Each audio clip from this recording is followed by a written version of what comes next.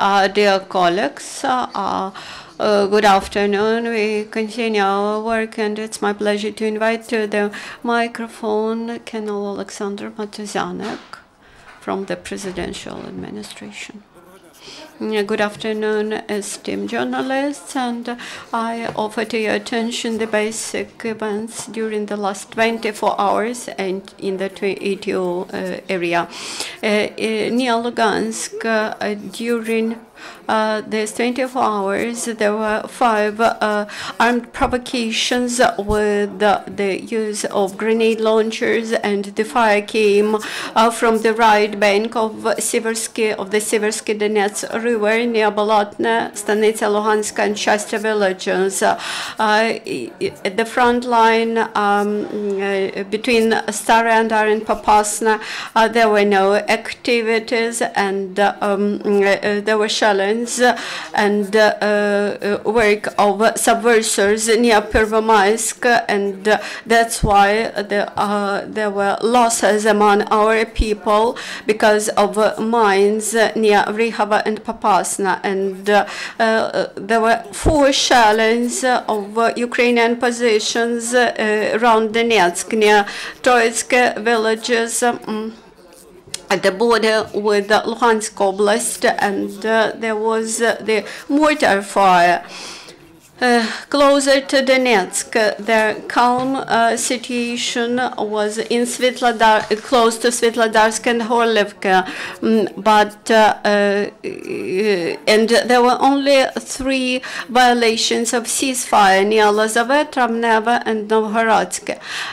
In the front line between Horlivka and Donetsk, there were much more activities. Between 2 and 3 a.m. the challenges were around Novobakhmutivka.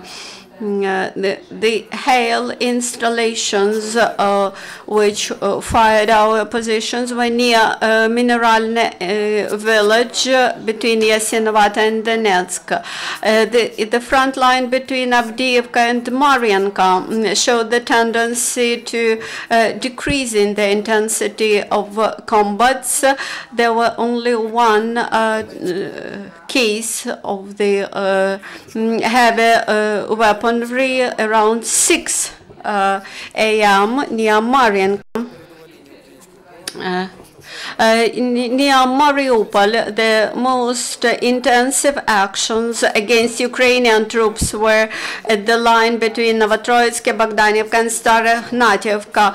Here, there were 4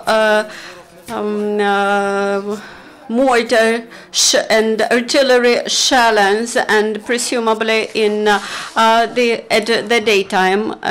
Here, the enemies do not come to direct combat. They use the chaotic fire from howitzers and hail installations. Here now you can see the pictures of the ruins in Starognativka in result of those shells. These crimes were documented by the special Civil Coordination Committee group, and they clearly registered that the shelling was made from the hail installations from east, which came from east direction. Also, there was yesterday mortar shelling of Pavlopol, and a short time armed provocation near Shirokina. Yesterday, the drones were not fixed in the ATO area. 1 drone was fixed at the border, administrative border with occupied Crimea. During the last 24 hours, we lost 4 servicemen, and 14 more have received wounds. Ukrainian special forces continue to reveal the offenders. Thus, they found 2 Donetsk residents who had more than 1 million hryvnia on their card accounts for the terrorist work. The militia on the front of Avdiivka continue their combating the illegal dissemination of the weapons and ammunition. Yes, also the seized the grenade launcher for munition for the entire craft. Artillery, and SBU detained the militant in Lugansk region. He was he comes from the Rostov region of Russia, and he was recruited by the LPR gang formation. He confessed that he conveyed the information about the position of ATO force in Ukraine near Lugansk and in suburbs.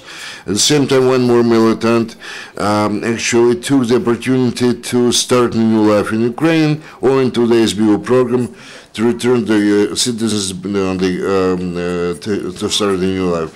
The possibility to come back to the normal life. This is the video film. I got this opportunity to come back to a new life and start a new life again. Actually, those people who will surrender will not be persecuted by law. Actually, I heard the information. I had some doubts and I thought there was some kind of propaganda.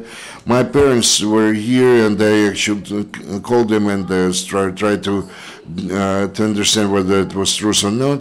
My father went to SBU officer. They had a talk, and they persuaded him that that was really truth. They asked other people, and they were persuaded that nobody was going to shoot anybody or put behind the bar, or the families were not persecuted, and they really provided the possibility or opportunity to start a new life. He contacted me, and I decided to use any possible way to come here and then to bring my family later on if it would be possible. So this how it happened. Now I'm here, everything is okay now, nobody persecutes me, and they try to provide me all necessary help and give the opportunity to me, the chance to me to come back, to make a comeback or to start a new life. So I'd like to address my comrades and those who have doubts, and I speak openly.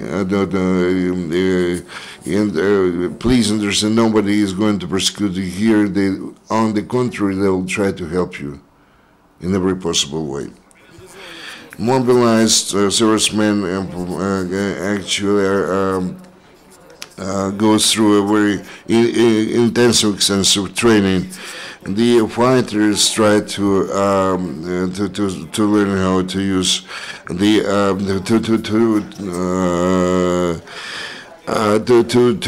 become psychologically, let's say, strong, and they what is called the response to the tank attack.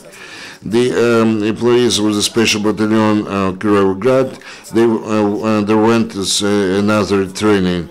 They actually trained how to block the vehicles, to detain the armed criminals passing by motor vehicle, and the search of the violators using the vehicles. That's all. Now the questions. Please introduce TV channel Social Country. Can you talk about the let's say aggravation of situation of in Transnistria? Actually, your information goes beyond the boundaries of our briefing. We are given the information about situation on the territory of Lugansk and the Donetsk region. Sorry for that. More questions or clarifications? There are none. Thank you very much, Colonel. This is the end of our press briefing. Next one will take place